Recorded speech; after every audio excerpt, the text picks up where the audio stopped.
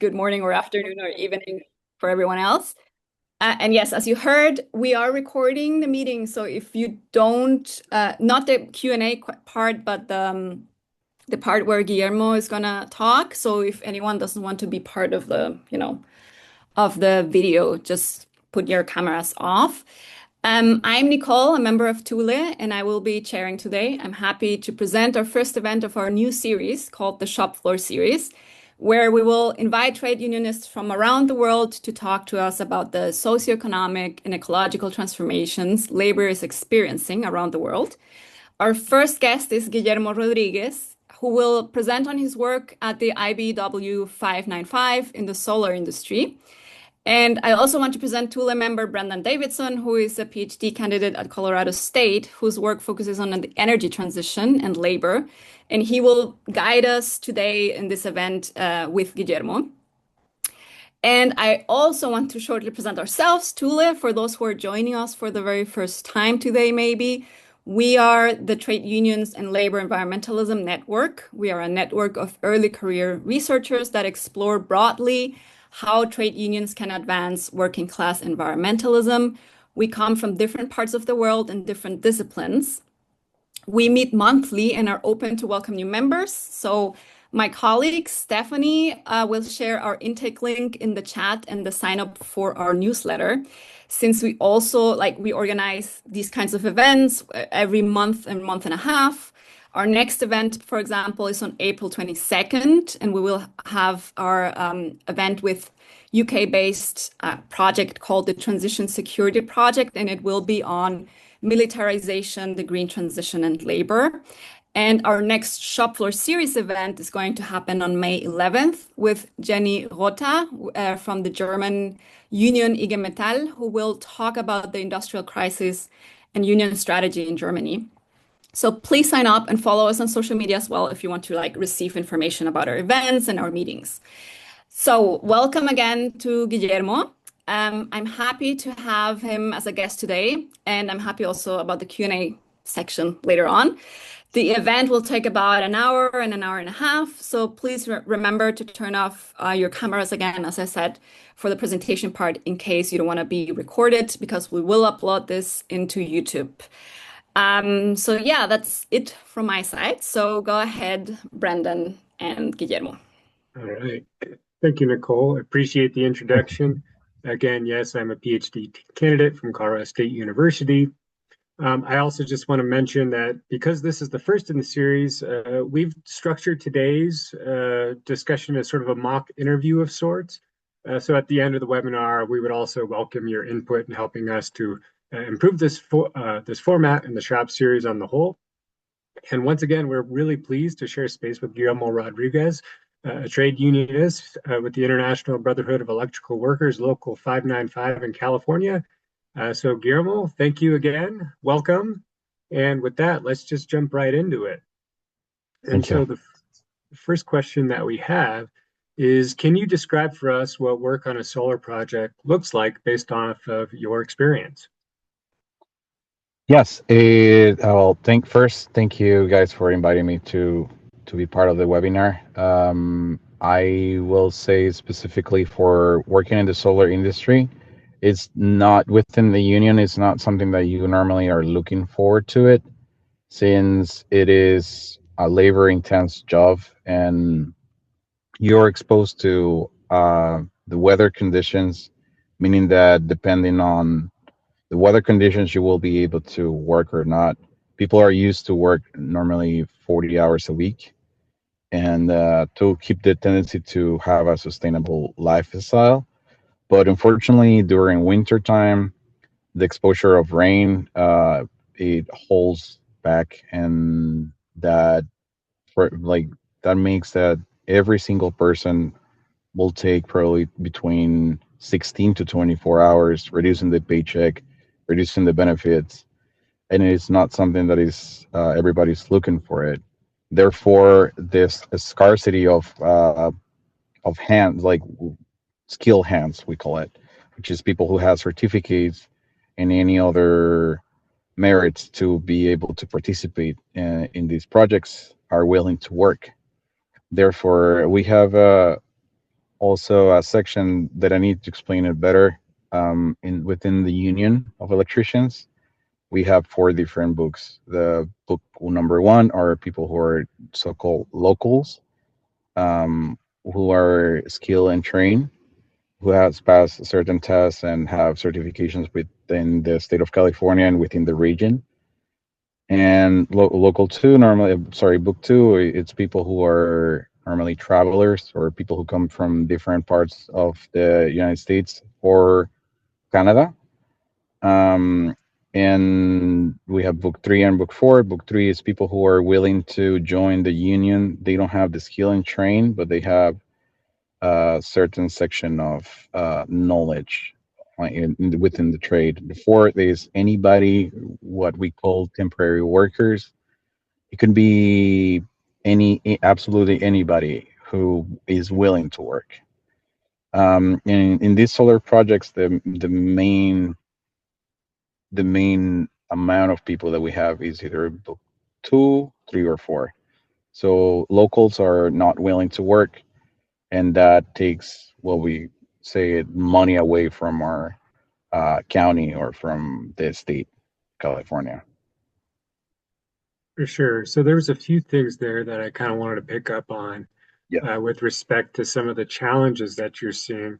Could you just say a little bit more about some of the outside hazards per se? So you mentioned sort of exposure to outdoor elements. What are some more specific examples of that Yes, that you've come across? definitely. So during summer, it's full exposure. There is no place that we are actually can hide from the sun. So overheat and exhaustion could be potentially happening. That's one of the hazards. The other hazard during winter time is the freezing elements that you can have below zero degrees Celsius, to the point that you're freezing the hands and you have to have multiple layers of PPE, personal protection equipment. And there is a tendency, unfortunately, within the solar industry that they're not good in supplying 100% of the materials that we need for protecting ourselves. As an example, hand warmers or different type of gloves to hold the panel, or because you need to have a protective layer, and then you need to have an insulated layer, and within that bundle you need to have hand warmers because of the elements. You're trying to manipulate a metal which carry normally it's in a colder state compared to the weather. So it's a really rough environment. Plus, when it rains, after day after, it's muddy. So each step it's way heavier as if you were walking on sand. Um, so that's part of the major things that it could happen. And in the last project that I was specifically, it was a project that was really delicate, and I don't understand why they were able to and how they were able to get approved. There is a dangerous species called forgot this something California salamander, and it's a protected species, and apparently they had a permission somehow. This project had to be within the PLA agreement for 10 years just to be able to build it. But yeah, but that's about it. Gotcha. Yeah, let's let's dwell a little bit more on some of the safety and equipment issues. So there's a couple things that you had mentioned there that sort of piqued my curiosity. So Yes, first off, you mentioned that there's a lot of, it sounds like a lot of temporary workers that are used on this yes, project, and they don't necessarily come with the appropriate equipment. So can you talk about that dynamic? yes, definitely. So normally with our local hands, we have at least stipulating list with the right amount of tools that we need to have as a worker. But as the company or contractor, they have to provide the rest, any other power tool, any personal protective equipment, any other material that is not within our list that we are supposed to bring. Our list consists basically set amount of hand tools that we must own, and like provide it to the contractor, and then they need to provide absolutely everything else. That's the agreement that we have been doing. In this last contractor, he was an outside contractor from the south of California, and because they probably were not aware of the rules of how it operates within Alameda County, where I'm located. Um, they were unaware of certain rules. So we have a person who is called the steward and the job site, and normally that's the voice from the people that they're working in the union. Even if you're a temporary worker, you're still protected for within the union, and they voice out the needs. Then they go to the union, and then they provide a feedback to the contractor. So they basically are there is a push and pull on things like from breaks to lunch to personal protection equipment. So unfortunately, these guys, I'm not gonna mention the name because I don't want to provide that, but I will say that these guys were unable to provide sufficient power tools, and we had to share these tools. And the craziest part is that this project, it was around 1 point some billion dollars. So it's kind of, like it's an expensive project. You're expecting for them to have at least the power tools and some sort of personal protective equipment, but they were really stingy, or I don't know how to phrase it in not a bad connotation, but yeah. It sounds stingy. Yeah. No, I think Yeah. that's an apt descriptor for sure. Can you also say a little bit more about what the schedule on a project typically looks like, both Yeah. for you and your union siblings, as well as for some of the folks that you're working with who are these contractors? Yes. So there is an stipulation of the agreement. Normally, when you're taking what we call it the call, you're signing up. They posted on our union board and online uh, the description of the call. For example, the call will be from, we call it 4 10s. So you're gonna be working 4 days for 10 hours, and there's not gonna be considered overtime unless you're working the next day, and or if you're surpassing the 10 hours. Then we have certain limitations. This project specifically was for stipulated for to be 4 10s, starting at 7 in the morning. But unfortunately, because of this contractor, they've been shifting the hours every other week as convenient, and that normally carries a lot of problems within the union, because the people are signing up for these projects specifically sometimes because of the scheduling purposes, and they cannot just randomly change the hours within the permission of the union or the agreement of all the workers, or at least the majority of the workers that they are in there. And with that being said, the hours have been changing. The last time they were shifting from 8 in the morning, they went from 10 hours to 8 hours shift. So they didn't want to pay the overtime. Hmm. And that's basic. I don't know if that answers your question. Yeah, no, what you just mentioned, I do want to sort of pick up on that. How is that a common occurrence, or the shifting in hours and then not? No. Okay, okay. Yeah, and I am right now working for a data center for Amazon, and for a contractor, well-known contractor here in the United States, Cupertino Electric. Uh, these guys are by the book. If they said the job starts at 6 in the morning, everybody expects to be there at 6 in the morning and leaves at 2:30, and have the stipulated breaks, 20 minutes at the beginning and then 40 minutes lunch, and then we leave. And there is no change, there is no questions, there is no hesitation.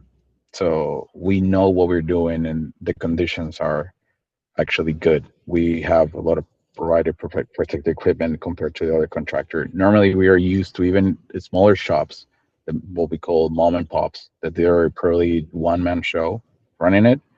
They provide specifically what we need to work. But unfortunately, solar is so fragile in the organization that they can bend the rules since they are able to, they are the only ones who are able to, for example, hire from 100 to 200 electricians uh, at a time, which is a huge number in our local. We normally don't get that much of a job unless, like right now, it's a data center, which they require every single trained electrician they can. Right now, we are a 200 man crew. Gotcha. I guess that's a good opportunity to sort of, I suppose we can think comparatively here.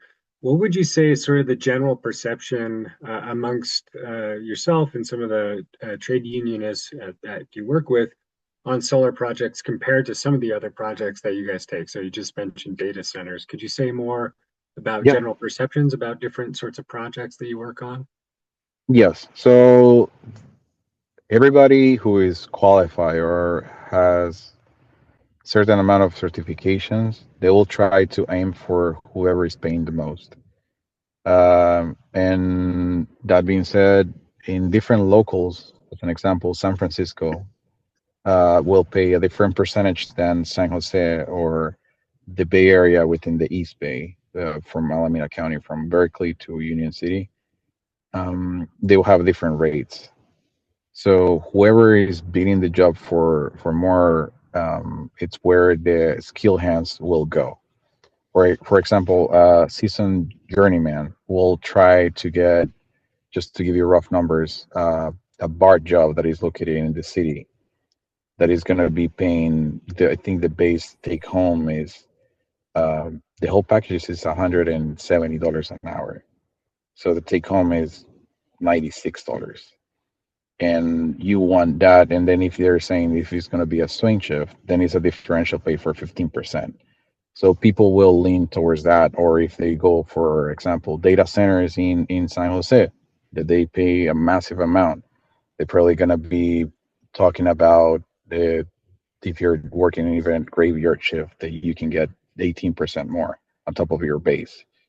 And right now, for example, solar projects, people are boy solar projects because besides that they're repetitive, and it's definitely dull. In you're not, what we call it, we're you're not thinking, you're just uh labor, and it's nothing wrong with it. It's just that it's sometimes people have challenge because there is a lot of conflicts, for therefore because we have enough space to think about it and start talking. And also people are trying to avoid it because it's really heavy heavy stress on your body, and the weather conditions, the outdoor weather conditions, you call it the overheat or raining season or any other element, like outdoor element that you can think about. Mhm. Even though that California, we have a beautiful weather, and I mean, I'm never complaining on it. But once you are out in the field and working at 6 in the morning, you have your hands freezing. That's a different way to see California. Mhm. Totally. I did want to, you sort of mentioned something that I wanted to go back a little bit on, and that was sort Yeah. of having time to think and sort of like I Yes. guess, like torquing and sort of the repetition and boredom. Can you say Yes. more about that? Yeah. So I with the union, even though that you are a skilled and trained person, there is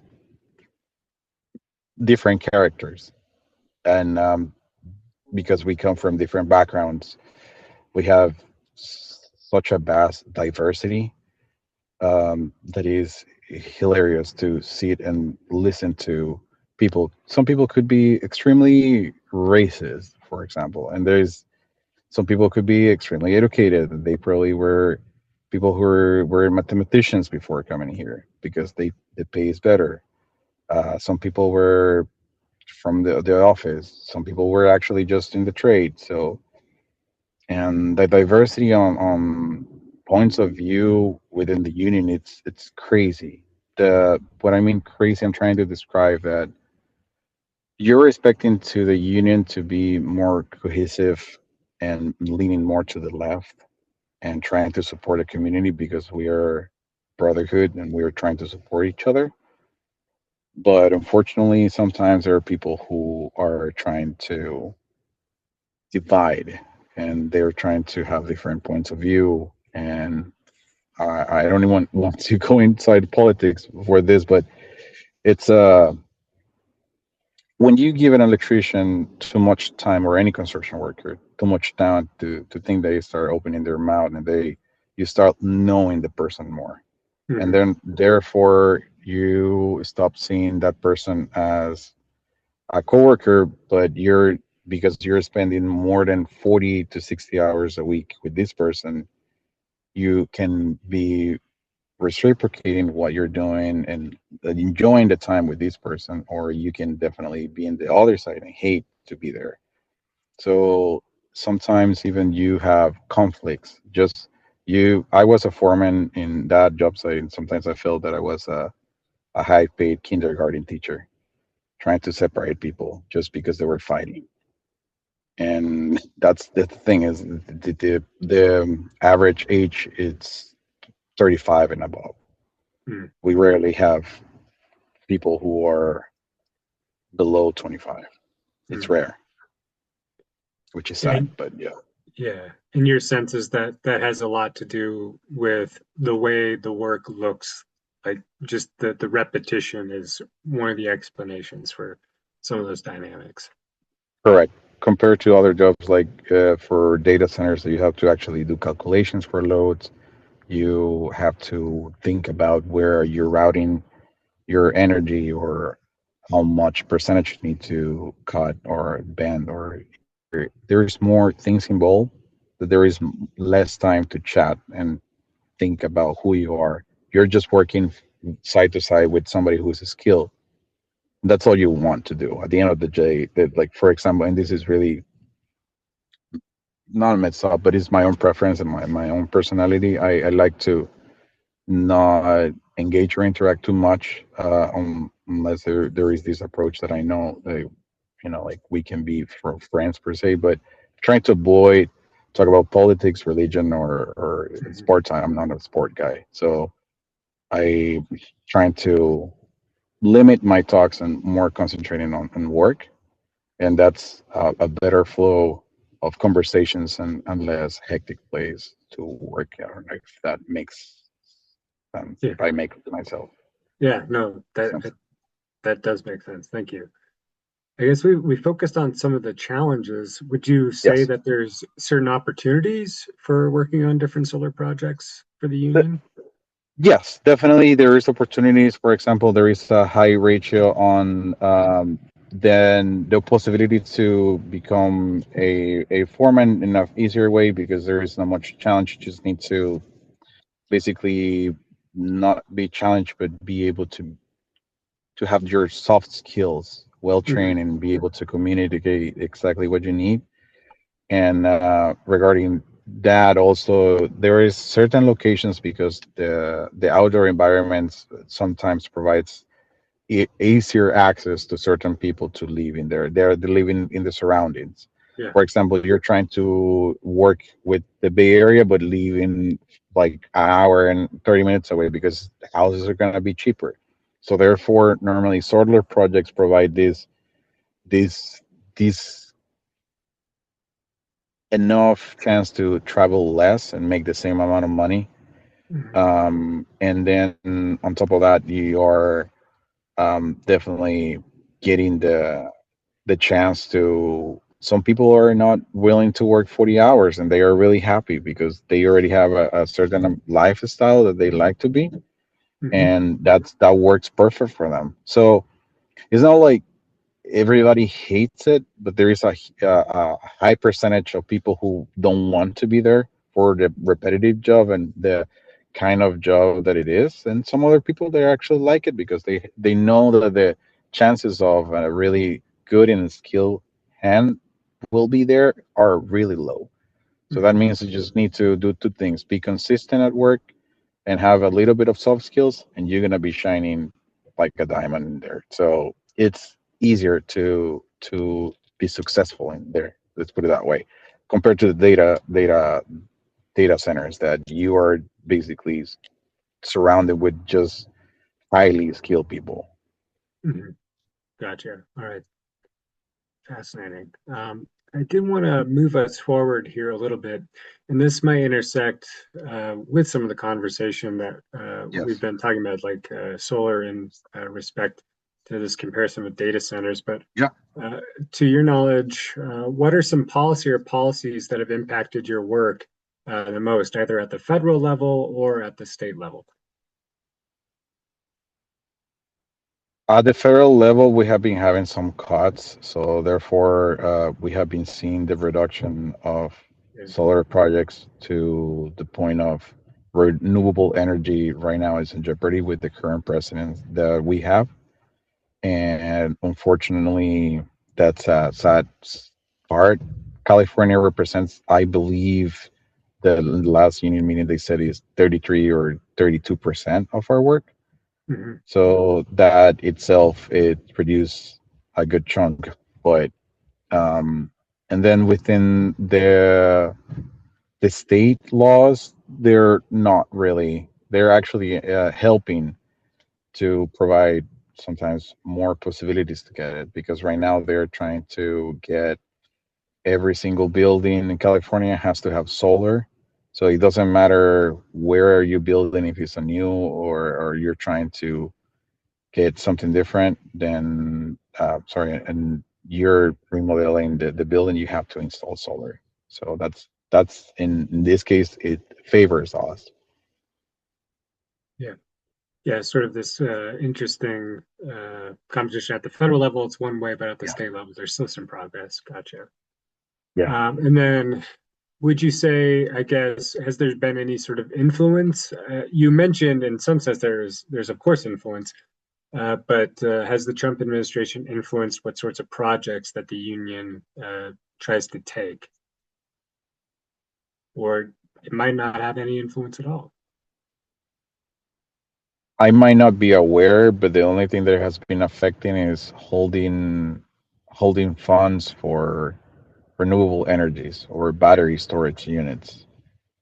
We recently had a COLA, I think that was a project around Tracy area, which it was provided. It was solar, where substations and inverters and batteries that there was last from the Biden administration. That fund was able to provide it, so we were able to build that. But right now there is nothing in the loop for any renewable projects besides the new builds that they have to be include solar. But so if we are saying because of the current administration, we are not able to continue with renewable energy as a priority. We are just getting help from the state of California to build those projects, or yeah, to Yeah, continue building what we can. for sure. Makes sense. I guess you just mentioned battery storage, so we've sort of thought comparatively between data centers and solar projects. What about solar in comparison to some of these battery storage projects? Can you say more about that? Yeah. So the battery storage projects are more for providing a support or a backup station for these data centers. Um, the data centers are right now booming in California because they're trying to capture as much real estate as they can. But unfortunately, the infrastructure for electrical is not sufficient. So therefore, they have to have their own generators, their own battery systems, and so the grid itself doesn't overload. Because as an example, in San Jose area, there is a lack of um, infrastructure to support the amount of energy that these data centers pull. It's Mhm. incredible the amount of energy they consume, that I think people are not aware of how much actually data centers affect our energy. Hmm. The, they deplete a big amount of energy. Hmm. For sure. I guess shifting gears here just a little bit. I guess you could say these are sort of some of the philosophical questions or some Of conceptual course. questions. So hopefully you'll have fun with these. Yeah. When you hear the expression like green job or climate job, that was certainly kind of in vogue a couple of years ago. What do those expressions mean to you? For me, is more a potential to learn new ways to be able to provide energy to the state of California. And I believe before I called myself, like I'm from El Salvador, but and I'm in the process to become a citizen here. I'm not gonna call myself an American now. I'm a Californian, and because I'm proud to be in this state and be able to provide and help to the infrastructure within California. And I wish that I believe in nuclear, and I believe in that we can even get to the point that we don't need to use the grid. And I hope for the best that is that way, that we are actually creating our own power and storage. We can use the sun, and if you have these massive batteries to back it up, there is a way to actually be sustainable without it. So I see a future is not close to be there. We are not even close to be there.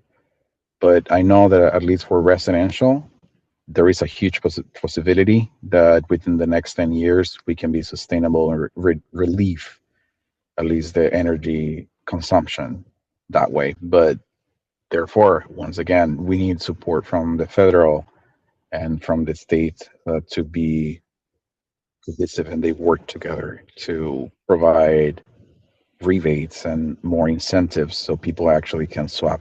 Uh, because having solar, and I'm sorry, I'm steering away, but it's kind of within the same. Mhm. Solar itself doesn't help. You need to have an storage unit. You need to have a battery system Mhm. because all the potential that you're losing, you're consuming at night. Most of our Americans, unfortunately, uh, because of the system how it's built, our peak hours are from 5 to 9 p.m. because that's the normally the time that people are coming back from home and trying to do everything else, charging their cars, prepping the meals, having the AC blasting, having the heater on, whatever it takes. So we have these substation called it peakers. Mhm. These peakers, they act as energy providers in the last resource. And if, for example, your kilowatt an hour will cost you 36 cents, for example, and the peak hours will cost you 2.5 $2.05 50 cents just for kilowatt per hour, which is an insane amount. It's in But because of these peak hours, and if we had battery system and solar together, we wouldn't have these peakers running and getting money out of it, if that makes sense. You can Yeah, actually leave off grid yeah, if you have for a sure. good battery system. Yeah. Gotcha. I think it's so interesting that where your mind goes with green job and climate job, just sort of like from the outside looking in here, was to sort of talk about the community first. I think that's really laudable and sort of interesting that that's where your mind went. And then talking about the grid itself, I guess you were sort of angling in this direction, but could you say more about, like you just described, sort of like peak load at certain times of day? Do you think that there's any sort of broader shift then that needs to take place within the workplace itself when you think about green jobs or climate jobs to sort of change how we're going about our day-to-day lives, sort of like more generally? I think education on what a green job means, it will be better for everybody. And what I mean is education is actually explaining potentially what are the benefits that they're going to be for us, workers, and for the people as a community. to transition to yeah, potentially that I will say to educate more. For sure. I guess, and then just another sort of question along these lines. When you think of like what you would want a green job to look like, um, what would it look like if you could make it any way that you wanted it to look? Yeah, I think the better, the you don't need to change that much. It better conditions, uh, a sustainable workforce, and potentially incentives to, if you want to have skilled labor, for example, to have a secure 40-hour week as long as you show up, or you have the potential that is not because you didn't want to come. It's just because the weather conditions were not there.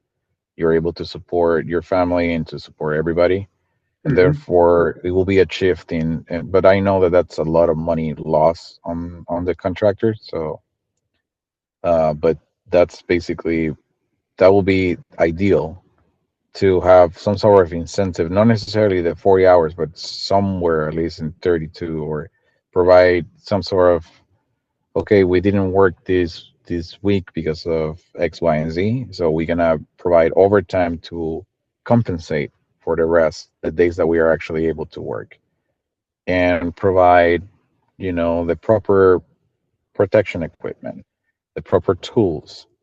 So they're what we call it the bare minimum. Yeah, And the optimal, it will be, like I mentioned, the provide incentives. That's all. yeah, totally makes sense. And then I guess sort of the last question here before we wrap up our Yeah. conversation. Um, if there were sort of like one or two key points that you wanted to leave with our audience today, what would those points be?